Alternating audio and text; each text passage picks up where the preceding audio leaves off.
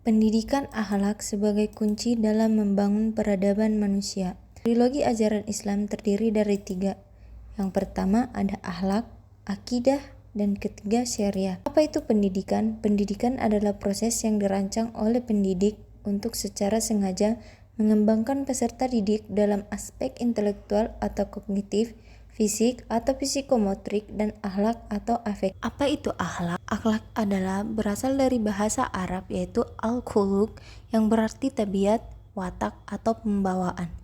Akhlak mengacu pada karakter atau sifat bawaan seseorang. Akhlak terbentuk melalui proses panjang pengalaman ajaran Islam, dimulai dengan penamaan akidah sebagai dasar keyakinan seorang muslim. Setelah itu, pelaksanaan ibadah memperkuat hubungan dengan Tuhan. Selain ibadah, muamalah atau interaksi sosial yang penting, melalui muamalah, nilai-nilai agama diterapkan dalam kehidupan sehari-hari, membentuk karakter yang sesuai dengan ajaran Islam. Menurut Ibnu Mansur dalam Risalah yang terdapat di Kulul Akhlak memiliki 3 makna utama. Yang pertama, 1. Sifat alami manusia yang fitri, mencerminkan keadaan yang lurus dan teratur. Kedua, sifat-sifat yang diupayakan sehingga tampak seolah-olah bawaan watak. Yang ketiga, akhlak mencakup 2 sisi. Sisi yang pertama, sisi batin yang bersifat kejiwaan, dan sisi yang kedua itu sisi lahir yang tercermin dalam perilaku. Pendidikan akhlak. Pendidikan akhlak adalah proses mendidik, membentuk, dan melatih akhlak serta kecerdasan berpikir, baik melalui jalur formal maupun informal. Pendidikan ini mengajarkan tentang baik dan buruknya dengan akal sebagai ukurannya. Contohnya perilaku akhlak yaitu izin permisi terhadap orang tua saat kita ingin lewat. Implementasi akhlak dalam kehidupan sehari-hari.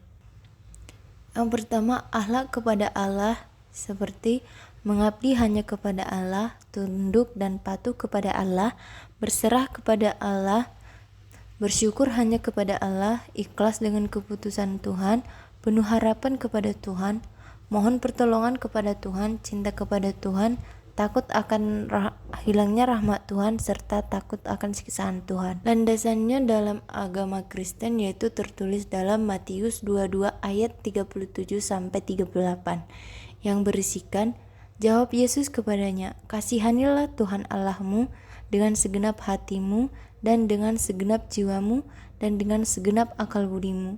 Itulah hukum yang terutama dan yang paling pertama. Yang berikutnya, landasan hukumnya ada di Mika 6 ayat 8, Pengkhotbah 12 ayat 13.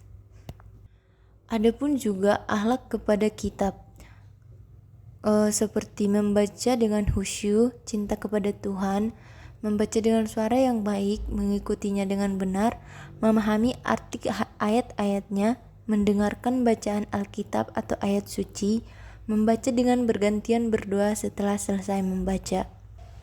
Yang dimana dalam Alkitab landasannya itu berada dalam Mazmur 119 ayat 9 sampai dengan 11 dengan bunyi, dengan apakah seseorang muda mempertahankan kelakuannya bersih, dengan menjaganya sesuai dengan firman Tuhan.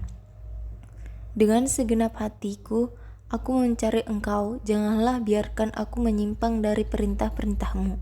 Dalam hatiku aku menyimpan janji-janji-Mu, supaya aku jangan berdosa terhadap Engkau. Ada juga dalam Mazmur 119 ayat 105 dan Yakobus 1 ayat 22. Ada juga akhlak orang tua yaitu seperti berbicara dengan kata-kata baik, melindungi dan mendoakan, hormat dengan penuh kasih, menghubungkan silaturahmi dengan baik, menunaikan wasiat orang tua, membantu dengan ikhlas, tidak durhaka kepada orang tua, menyenangkan hati orang tua, mengangkat harkat dan martabatnya, serta menjaga amanahnya. Adapun landasan Alkitabnya yang tertulis dalam Efesus 6 ayat 1-3 yang berbunyi, hai anak-anak, taatilah orang tuamu di dalam Tuhan, karena haruslah demikian. Hormatilah ayahmu dan ibumu, ini adalah suatu perintah yang penting, seperti yang nyata dari janji ini, supaya kamu berbahagia dan panjang umurmu. Ada juga dalam Keluaran 20 ayat 12, dan Amsal 1 ayat 8-9.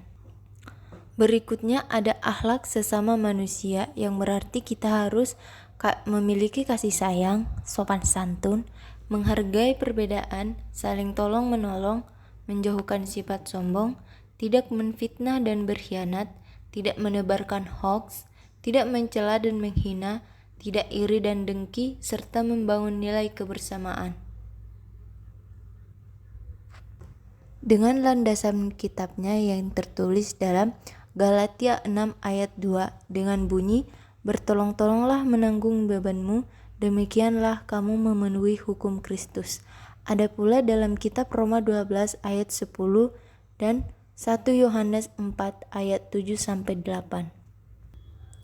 Dari semua dan kita dapat menyimpulkan bahwa untuk memiliki akhlak yang mulia, seseorang sebaiknya memperhatikan ajaran-ajaran suci, berteman dengan orang-orang berakhlak baik, merenungkan dampak buruk dari akhlak yang tidak terpuji, meneladani sifat-sifat luhur tokoh-tokoh panutan, dan senantiasa berdoa memohon bimbingan Tuhan untuk menjadi pribadi yang lebih baik. Demikian yang dapat saya sampaikan dengan sedikit quote di akhir, yaitu adab adalah fondasi ilmu dan akhlak. Ilmu dan akhlak yang kuat bergantung pada adab kita pegang. Sekian dan terima kasih.